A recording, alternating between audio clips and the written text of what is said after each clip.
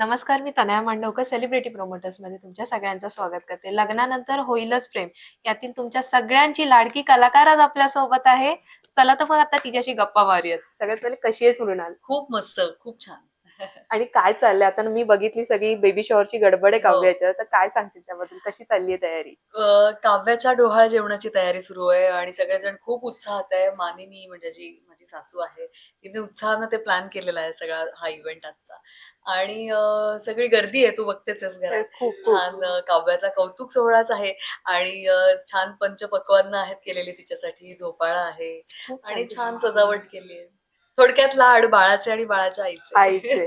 बरं, एक बहीण म्हणून, रिअल लाईफ एक बहीण म्हणून तू काय काय तयारी केलीयस काव्यासाठी? हे सगळं आम्ही मिळूनच केली आहे. म्हणजे मी, मानिनी आणि आम्ही सगळ्यांनी मिळूनच ती सगळी तयारी केली. आम्ही प्लॅन करून छान हे ठेवलाय कार्यक्रमाचा आणि सगळ्यांना बोलवलंय. माझ्या आईला बोलवलंय. अरे वा. सो काव्या जे जे खुश होईल, काव्याला जिथे जिथे छान वाटेल ते सगळं करण्याचा आमचा प्रयत्न आहे. बरं, बेबी शॉवर म्हटलं ना, की प्रत्येक आईची एक खूप बोलतो ना अशी जवळची आठवण असते. बरोबर. तशी तुझी काय आठवण होती बेबी शॉवरची? तुझ्या वेळेसचं बेबी शॉवर ते कसं झालं होतं? काय काय केलं होतं तुम्ही धमाल नाही ना मजा? ग. अरे बापरे!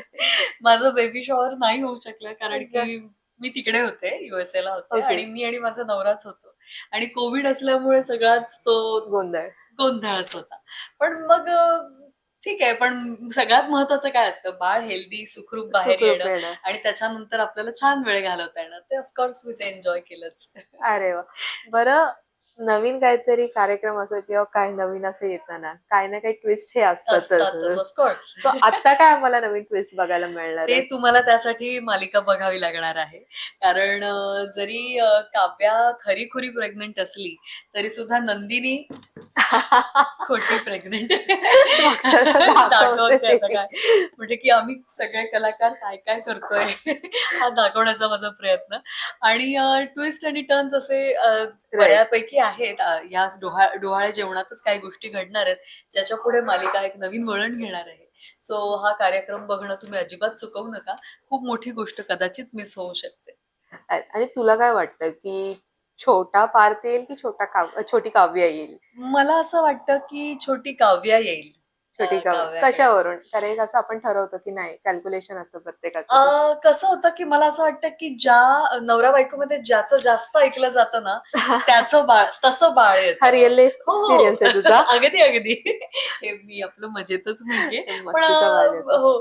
पण मला असं वाटतं पार्थ काव्यावर खूप प्रेम करतात आणि त्या दोघांमध्ये काव्याचं पार्थवर जास्त राज्य आहे. म्हणून सो काव्य मग येईल. छोटी काव्याच येईल कदाचित. आणि तुला काय वाटतं, की कोण यावं छोटा? आता तू त्यांचं तर म्हणजे सांगितलंस, की हो, त्यांच्या हिशोबाने. हो. पण असं तुला असं जेन्युइनली कोण वाटतं, की काव्यच? हां, मला काहीही चालेल. छोटं बाळ मग ते मुलगा असो, मुलगी असो, आय एम हॅपी. आणि इथे खरंच जर बाळ येणार असेल तर खूप मज्जा. मग अरे वाह! खूप मग मजा तर येईल. धमालच असेल पूर्ण. हो. आणि एक प्रश्न मी मगाशी आजी-आजोबांना म्हणजे आजीला स्पेशली विचारलं, तर हां. आता मी एक काकी म्हणून राइट? हो, तर मावशी. मी मावशी. मावशी, ओके मावशी. कारण दोन्ही साइडनी हं. मी केलं. तर मावशी म्हणून मी तुला सुद्धा विचारेल, की बाळ झाल्यानंतर सगळ्यात जास्त जागरण कोण करेल?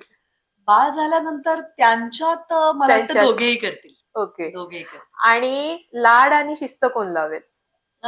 शिस्त मला वाटतं काव्या लावेल आणि लाड पार्थ करतील. कशावरून? त्या दोघांचे कॅरेक्टर जसं पोर्ट्रे केलंय ना, राइट, की पार्थ खूप असे हळवे आणि काळजी घेणारे आणि काव्या कशी प्रॅक्टिकल आणि राइट. सडेतोड बोलणारी आणि स्पष्ट बोलणारी आणि वागणारी. त्यावरून मला असं वाटतं, की एखादी चूक पार्थ ओके करून टाकतील, पण काव्या कदाचित नाही असं चालणार किंवा असं करू नाही, असं नाही शकेल. हां, व्हायला सो तो पाहिजे. थोडी शिस्त तिच्याकडून जास्त येऊ शकेल. ओके.